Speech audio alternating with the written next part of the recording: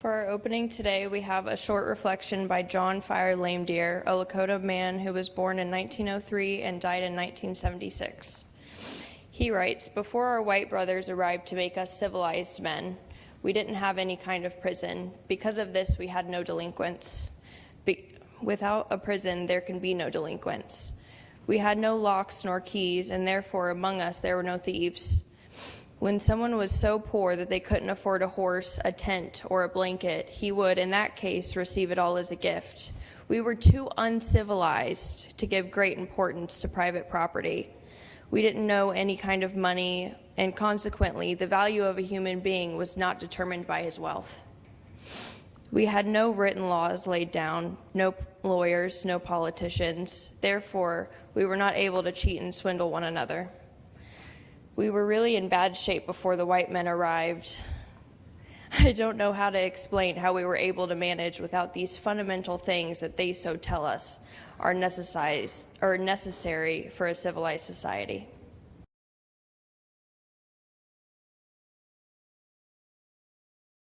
I often forget the mic because I was trained as an actor that in a room this big, you need to be able to fill the room. And it's good to have a mic, and I like having a mic, but I often forget it. Thanks, Nick. So today you'll notice the absence of our Wonder Box. We have a special Wonder Box situation, and I could use some help from young people to come up and help me examine what's here. Who would like to join me up here? You can be a teenager, you can be a kid, you can be any age. There's no pressure. You also don't have to be a kid to come up. You can be a grown-up who's interested in what's up here. It can be anybody, really, people young in body, mind, heart, spirit. Please, you are welcome to come up and see what we've got going here today. All right. So I'm going to change things up a little bit. As this is a special service, I'm going to move our bench back just a hair. All right. Y'all can come up. What do you see here? Red? Yep, red. A red something or other. Yeah? Yeah. So would someone take the corner right there, the opposite corner of this one, and we're going to open it like this. Well, you can grab it right there, and gently we're going to open it like that. Very good. Nice job. Look at you go. Nice work. What do we have here? We have some objects. Maybe somebody could stand up and take a look and see if you can tell me what you think these things are. Yeah, Aurora, you want to take a look and tell me what you think these things are? You might have seen some of these things in your mom's pagan work. Yeah? There's an abalone shell and some sage, I think. An abalone shell, some sage. And there's also this object right here. Has anybody seen one of these before? Anything like this before? Anyone seen this? I have seen. You have seen something like that? Where did you see something like that? It was a decoration. It was a decoration, yeah. Okay. So what these things are, and I'll let you pass them around and check them out here in a second. These things are elements of prayer. You could say these right here are actually prayers themselves. They are called prayer ties, and they're small pieces of cotton cloth, and they're filled with tobacco and tied onto a string. And each cloth, you'll see that there are 4 colors. And when I pass it around, you can examine it. There are 4 colors, and they've been repeated 4 times. And they've been repeated in a particular direction because each color is representative of one of the 4 directions. Okay? So why don't you take a look at that? Just be very gentle with it, and then pass it on to Missy, and pass it around, and you can look at it. Yeah. The other things that are here are what are called 4 sacred elements. These 4 sacred elements they're herbs that are typically used in most Lakota ceremony. Many different tribes have different herbs and different uses for them. In the Lakota tradition, which I've had a lot of contact and been engaged in some of those prayer ceremonies, you have 4 sacred herbs. You have tobacco. You can pass that around, Bodie. And you can even open that bag and just smell it if you want to. There's tobacco. It actually smells quite nice. Smell it. It actually doesn't smell smoky. It smells quite lovely. And there's tobacco. There's cedar. So you can be careful with that one when you open it up. So tobacco, cedar, sage. Many of you have seen this. When you all are done passing these among yourselves, you can pass them to the congregation and they can go through. And I invite you to smell them. Okay, so there's sage here. Here you go, Bodie. Smell that. Yeah. Yeah. There you go. I know it's kind of an odd smell. Here. Okay, you can just pass it back. Yeah, there you go. Pass it back. Good. And the last one, so we've got tobacco, cedar, sage. And the last one, does anyone know what this is? Sweetgrass. That's right. So these 4 elements are used in most Lakota prayer ceremonies. Lakota church, if you will, which is very different than the kind of gathering that we do here. Okay? You can pass that too, and you can smell the end of it. It smells sweet. That's why they call it sweetgrass. And then pass that along. Yeah, it's okay. None of this will bite. And the last thing, as you said, is this abalone shell. Abalone shell is often is called, if I've got the word right in Lakota, it's a waluta. And why do we think that maybe the abalone shell is used? Does anybody know what this is used for? Some of our pagan friends might know. Go ahead, Sophia. Maybe to mix things. Anybody else have an idea of what this is used for? You actually take these herbs in the ceremony, most Lakota ceremonies are done outside, and you'll take a coal from the fire and you'll put it right here. And then you'll take the herbs and drop them on here. And we like the abalone shell because it has holes in it. And the holes allow the air to pass through so that coal will stay burning. I'm going to pass that around too. You can take a look at that. Be very careful. And if you smell it, there's been some things burned in there. So these are all pieces of prayer. They're elements of prayer. There's a very different way that the Lakota people pray. They pray outside oftentimes. They don't go into a church like this. Prayer is about getting closer to the earth and to the community and to each other. Who of you all know what a prayer is? What's a prayer? Anybody know what a prayer is? A wish? What else? Anyone know what a prayer is? We don't do a lot of praying here in UU circles. Anybody else? Anybody from out here too can throw up your hand. Anybody? Go ahead, Cynthia. A form of meditation, sure. Anything else? Yeah. Talking to a higher power. Yeah. I would say that is in the Lakota tradition in which I've been a part, all of these things are true. It is meditation. It's talking to a higher power. When you make those prayer ties, you are in this sort of a meditative process, but it's also a prayer process. So we're just going to let those objects sort of circle around and come back up here. And when they come back up here, maybe somebody, Aurora, would you be willing to stay up here and help those things make their way back onto this red fabric? And we'll just leave them here during our service. Would you be willing to do that? Thank you very much. So, there's some introduction to the 4 sacred elements: tobacco, sage, cedar, and sweetgrass. And now let's sing our youth out.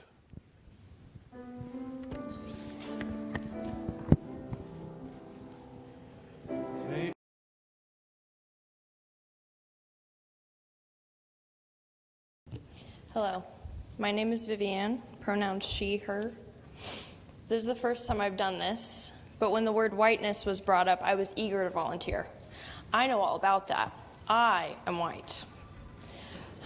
But the word whiteness is a new addition to my vocabulary. I like to say there's a lot of white energy happening over there. Either way, it feels heavy. What do you think when you hear the word whiteness? It made me feel icky. That's not a fun association. For me, whiteness feels like privilege, unawareness, audacity. It's not what you look like, but how you move through the world. Why does this matter to me? Well, I have what you could call white guilt, which can go one of two ways. It can be healthy. Being aware of your privilege can inspire efforts towards social justice, or it can be paralyzing. Like I'm stuck with the consequences of something I had absolutely nothing to do with. It's easy to become defensive or performative, and I'm sad to say I didn't fully understand the difference until the last presidential election. The confusion for me started as a teen when I got into hair. I didn't just want to do white hair, I wanted to do all of it. I wanted to do black hair. Specifically, I wanted to do braids. I understood that I didn't look like someone who would be braiding hair, but I was really good at it, and I thought I can be the exception. I'm one of the good ones. I knew what I was doing. When I graduated cosmetology school, I failed to break into that space, and I fell into not all white people thinking. It felt unfair. It felt like I was being punished for something I didn't do. I felt entitled to that space, and that's really hard to say out loud. But I continued to put myself in different spaces. I was the only white girl in a Vietnamese nail salon. There I experienced the opposite. The customers treated me very differently from my coworkers. They talked to me like a human, where they talked to my coworkers like children. I overheard all the obtuse personal questions. Do you understand what I'm saying? Sorry. I lost my spot. A tactlessness they didn't treat me with. There were times that people walked in and looked around and requested me, not because they knew me or my work, but because they saw me and immediately assumed I was more competent. It made me furious. This was the beginning of me understanding the system that was built for people that look like me. During the election, there was the most division I've been around to see. Not just between the left and the right, but internally, divided by class and race within the party. But after the election, I felt attacked. Scrolling through social media, all I could see were comments being made about white people. The narrative felt like we had failed them again and they were done trying. That we were and have always been unsafe. Was this it? Were we unredeemable as a race? I fought with you. I spoke up. I grieved.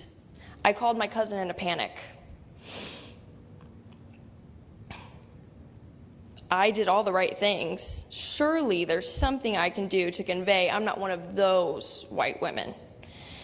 And she said one sentence that changed everything for me. This isn't about you. What I understand now is they never had the time to sit around tallying who's one of the good ones. They were trying to survive a system where statistically they've only ever been harmed or left to fend for themselves. So when they say white people, they're naming a pattern, telling the truth about the harm that this system has caused. It took a lot of introspection to understand that someone's fear or anger towards my group wasn't personal. It was about a lived reality that I hadn't had to survive. And it wasn't my job to defend myself, but to believe them. With this, I no longer felt trapped in my whiteness, but inspired to keep listening. So while I can't answer if cross-cultural exchange is feasible, I can determine how I show up to receive the answer.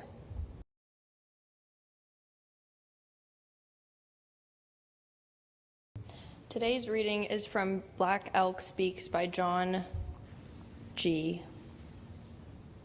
Nyhart.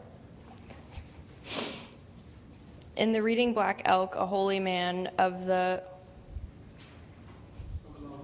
Oglala, Lakota, reflects on the sacred meaning of circles. Black Elk was born in 1863 and died in 1950. His reflection reads, "You have noticed that everything an Indian does is in a circle, and that because the power of the circle would always, and that is because the power of the world always works in circles. And everything tries to be round.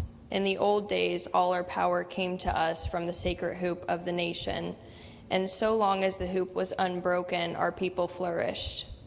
The flowering tree was the living part of the hoop, and the circle of the four quarters nourished it. The east gave peace and light, the south gave warmth, the west gave rain, and the north, with its cold and mighty wind, gave strength and endurance. His knowledge came to us. This knowledge came to us from the outer world with our religion. Everything the power of the world does is done in a circle. The sky is round, and I have heard that the earth is round, like a ball, and so are the stars. The wind, in its greatest power, whirls. Birds make their nests in circles, for their religion is the same as ours. The sun comes forth and goes down again in a circle. The moon does the same, and both are round. Even the seasons form a great circle, and they're changing, and always come back again to where they were. The life of a man is a circle from childhood to childhood, and so it is in everything where power moves. Our teepees were made like nests of birds, and these were always set in a circle. The nation's hoop is a nest of many nests, where the Great Spirit meant for us to hatch our children."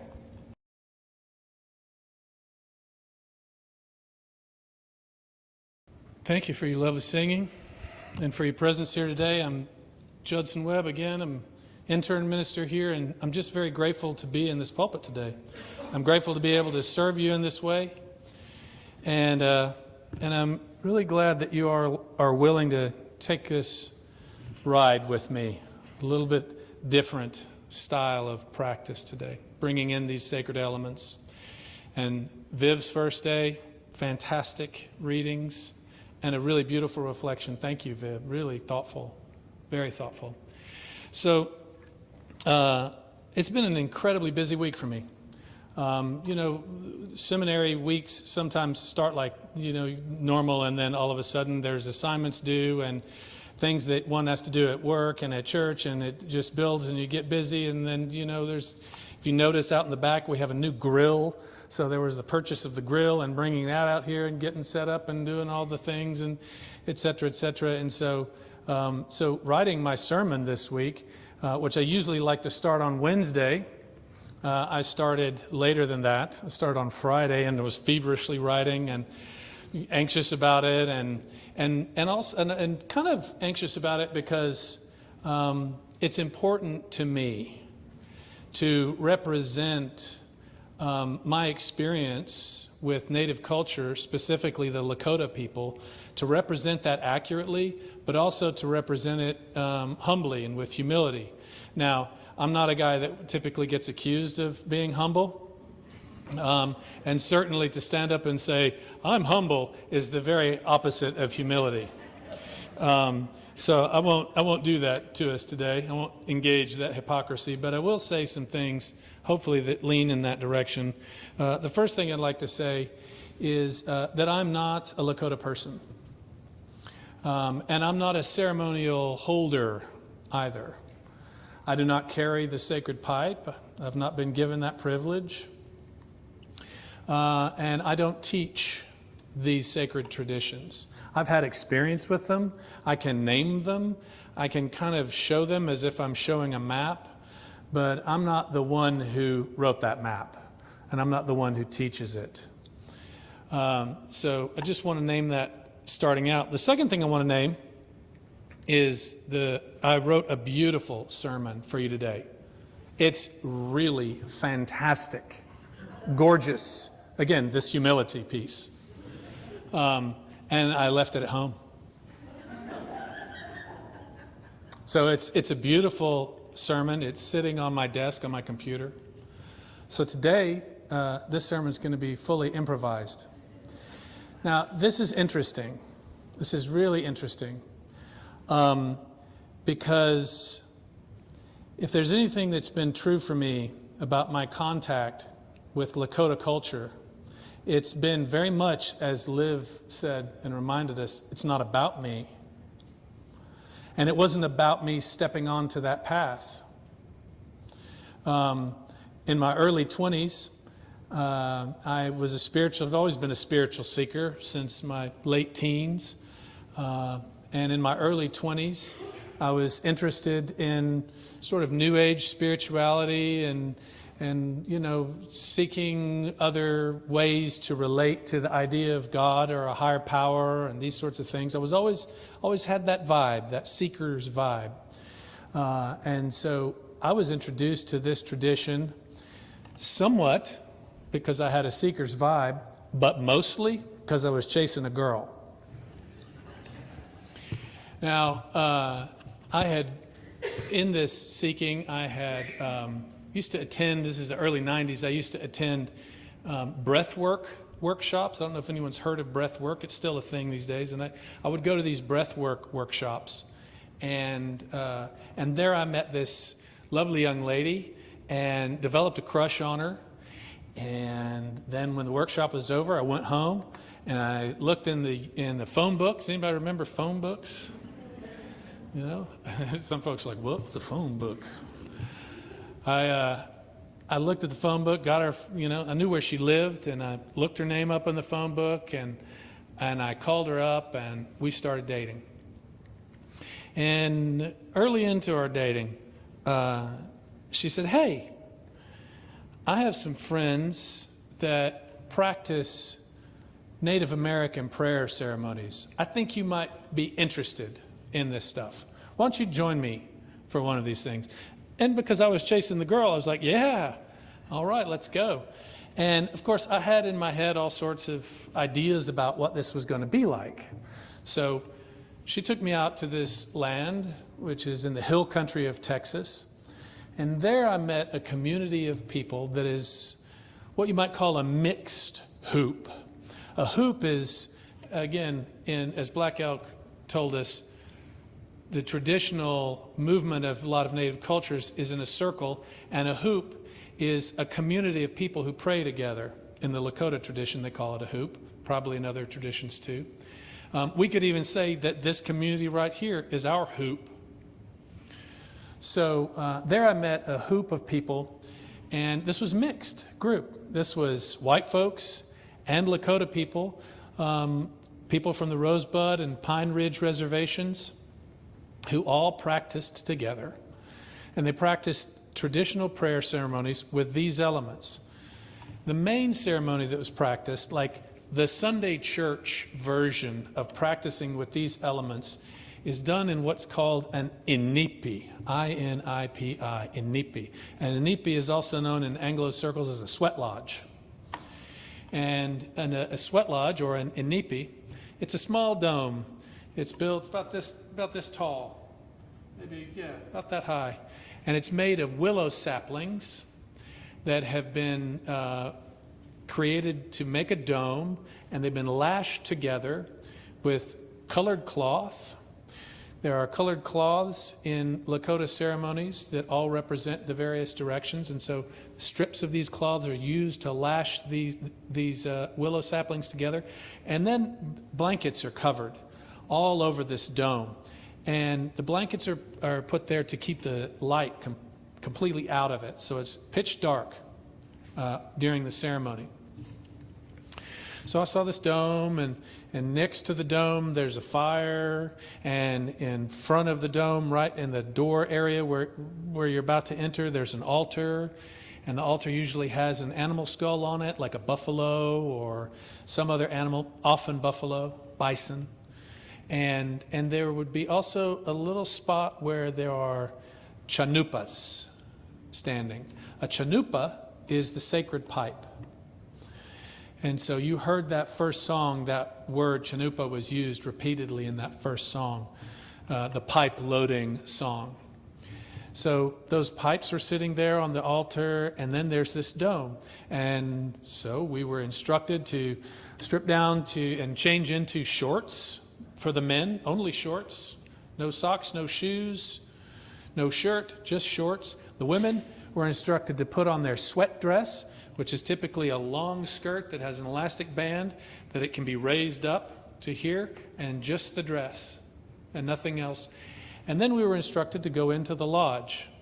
Get on your hands and knees and you crawl into the lodge. Usually take a towel with you. And immediately you feel the earth. It's kind of dirty, and sometimes there's the smell of these herbs that have been burned in this lodge many, many times. And so you go and you sit in a circle. In the center of the lodge, there's a hole dug in the ground about that deep, about this big around. And that's where the hot rocks go. So when everyone's in the lodge, the man or woman who's officiating the ceremony says, "Bring in the stones." And in come the stones that are heating in the ceremonial fire. Now these stones are glowing hot as they get. They are brought in. They are brushed with the sweetgrass. Tobacco, sage, cedar are sprinkled on them. They are blessed. And they are referred to as grandfathers, because the stone people, the Lakota people, believe that all animals and a lot of the earth elements are nations in and of themselves. They believe that they're living and that they have a particular spiritual gift to give us. The stone people are the oldest. And the stones themselves give their lives when they are heated and brought in. You can only do that to them a couple of times before they crumble and fall apart. So these grandfathers, these old ancient beings, are giving their lives so that the people can go into the lodge and pray.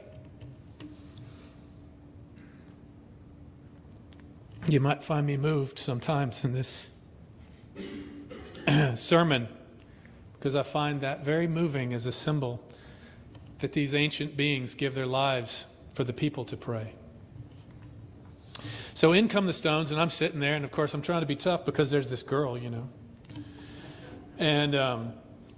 the one stone comes in, and all the things happen, and another, and another, and another, until there's a pile of stones in this thing, and I'm sitting right up front, close to them, and it's hot. It's hot already. It's real hot already. Then the door is closed. The drum begins, simple drum, dun dun dun dun dun dun dun dun dun dun.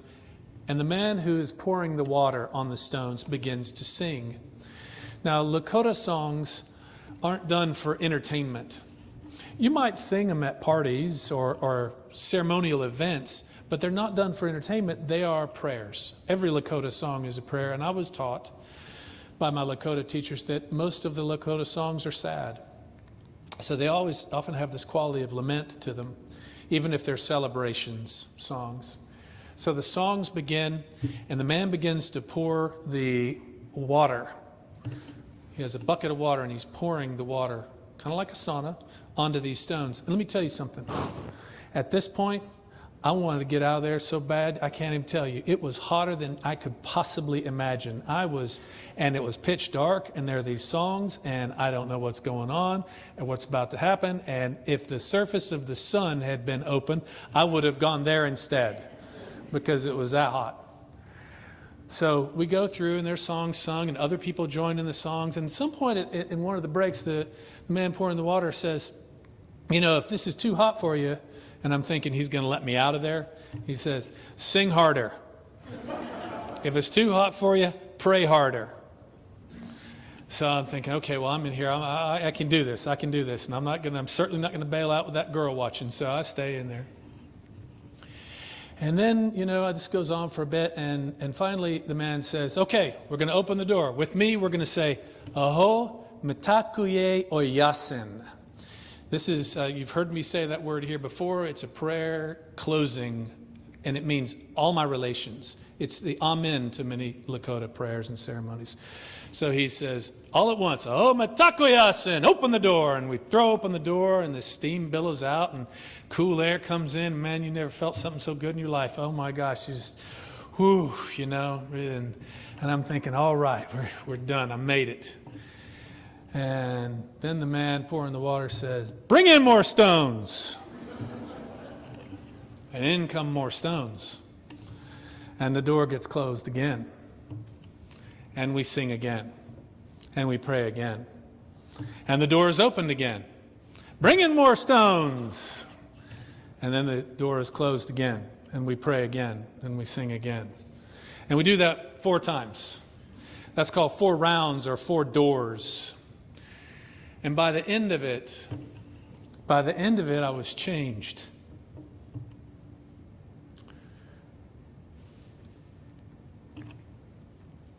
I was taught that the reason the people pray this way, that first it was mostly the men who prayed this way. And I was taught, I don't know if this is true, it's not written down anywhere, maybe it is now, but it was taught to me orally the way these traditions are taught. But the reason men did this initially, now it's mixed, but the reason men did it initially was because they cannot menstruate.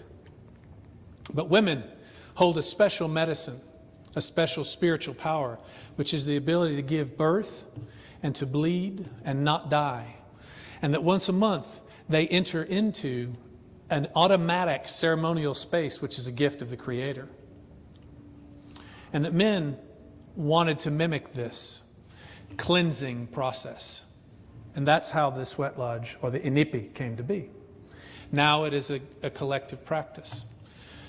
I was taught that when you enter the lodge, you are to enter with honesty. You are to enter with integrity.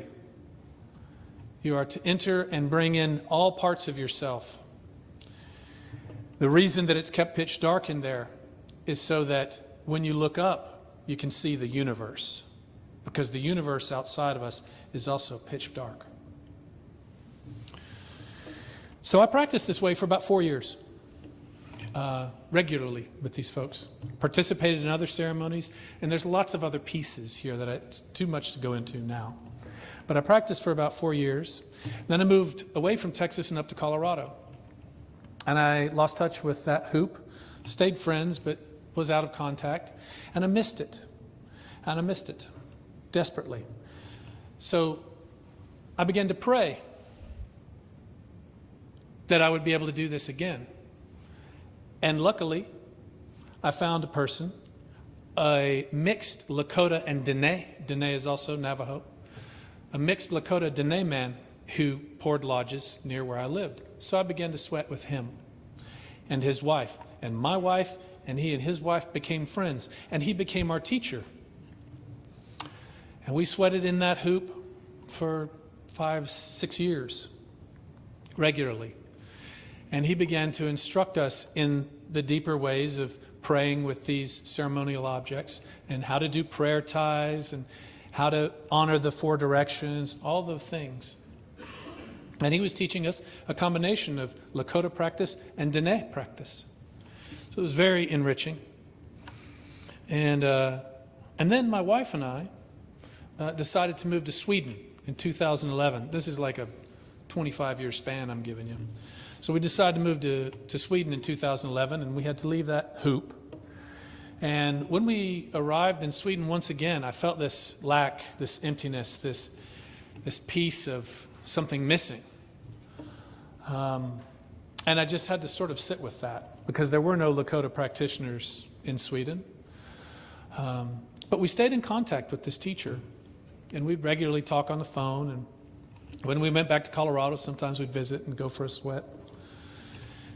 And eventually, this friendship became such that we invited this couple over to Sweden. And when we did, we invited our teacher, our friend, to build a lodge there in Sweden.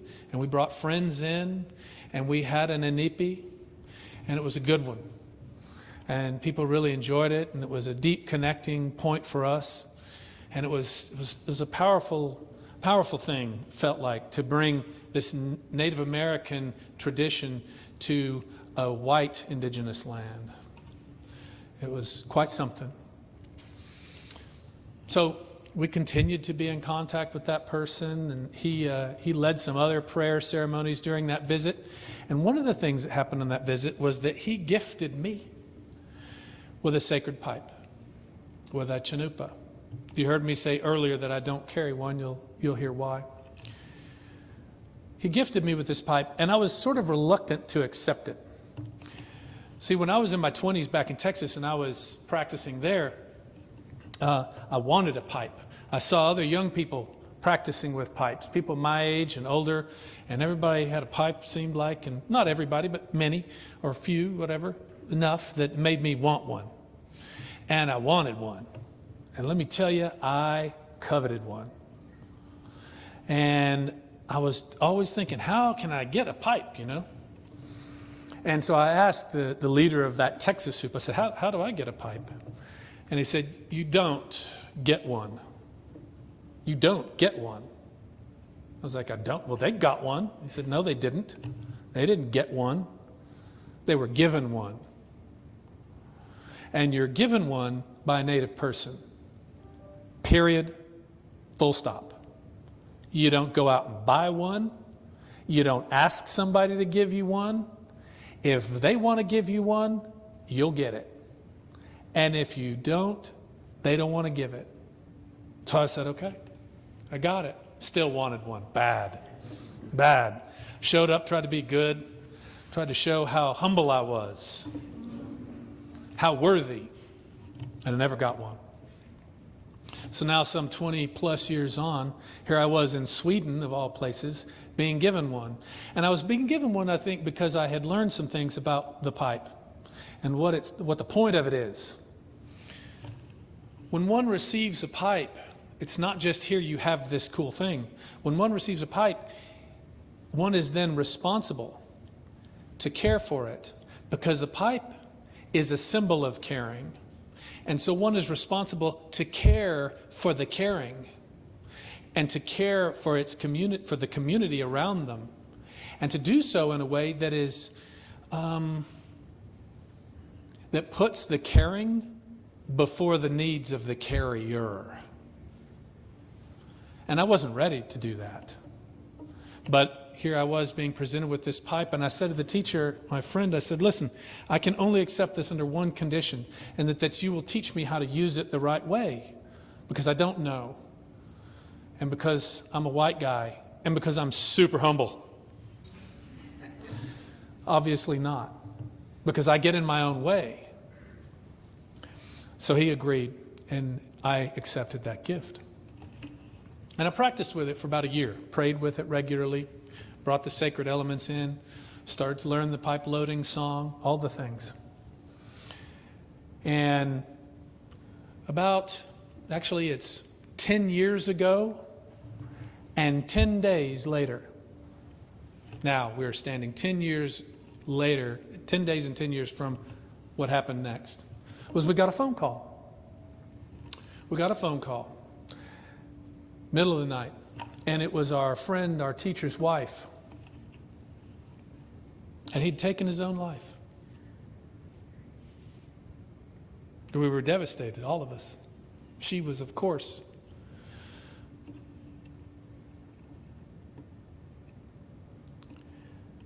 Some will say that our friend died from suicide. I do not say that.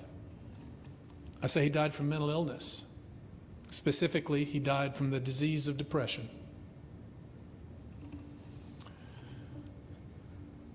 We grieved him. She grieved him. She visited us many times after we visited her. And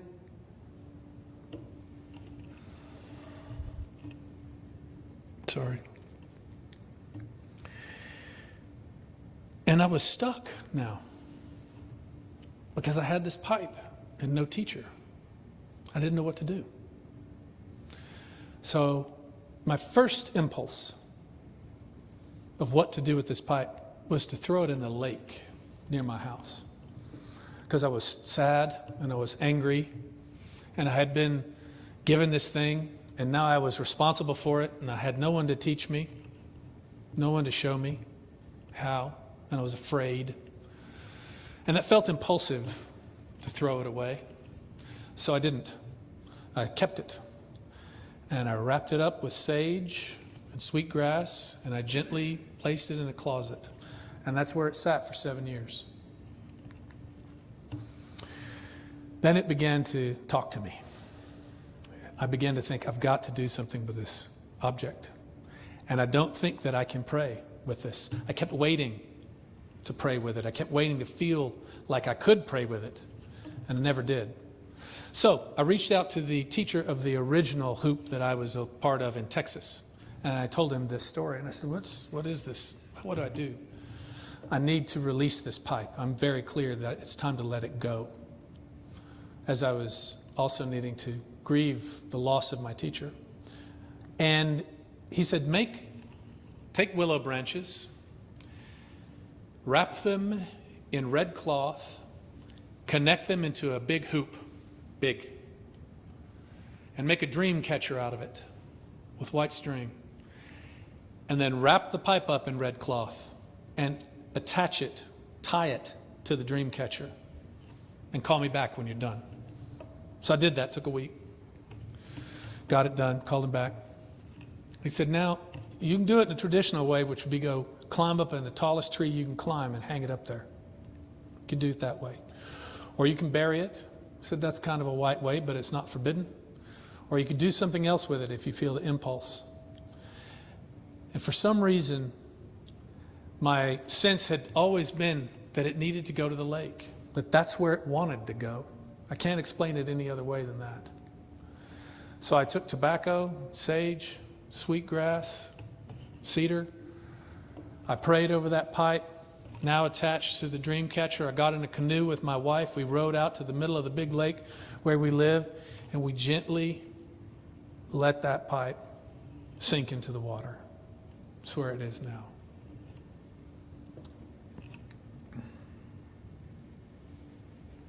Now I'm not a pipe carrier anymore. And that's okay. I may be one someday. I may not be one someday. I don't want it for me. If the people see me as someone who should be one, I'll be one. And I'll fill that role. And I'll do it carefully. I was taught about those pipes and that role, that you hold that pipe the way you hold a child. It's a gentle and tender thing to hold that care and to care for those around you with that care. So if it happens, it happens, and if it doesn't, I'm okay. I want to close up here. I know I'm going on, but the last thing I'll say is, the question in this service is, can white people walk the good red road? And I would say that it's not up to us if we walk it. If you are interested in walking it, pray about it. If you don't have a relationship to prayer, get used to it, because you're going to be doing a lot of it on that road. If you're interested in it, pray about it and see what happens. See if the road presents itself to you. And if you step on it and you walk it, know that the walking of it will be equal parts joyful and sorrowful, because the people are equal parts joyful and sorrowful. This necklace was given to me by the niece of our teacher. She told me, when you wear it, speak the truth. And that's why I raise this up today. That's why I raise up the sadness of this story, is because oftentimes, the people who carry this story every day of their lives, not white people like me, but the people who live this story, Sometimes they live a story that's too full of grief to bear. So if you walk on that road, know that you'll encounter that. And know that all your preconceptions about what it's going to be will be completely shattered. And your preconceptions about what you are and what you're capable of will also be shattered. Know that the road will lay itself out in front of you if you're meant to walk it. And if not, stay a friend to it. Find ways to honor it in other ways. So that's all I have to share today. I want to dedicate this service to my friend. His name was Ray. He was a gentle soul, funny, kind, sensitive. Thanks for listening to me. May it be so. Amen.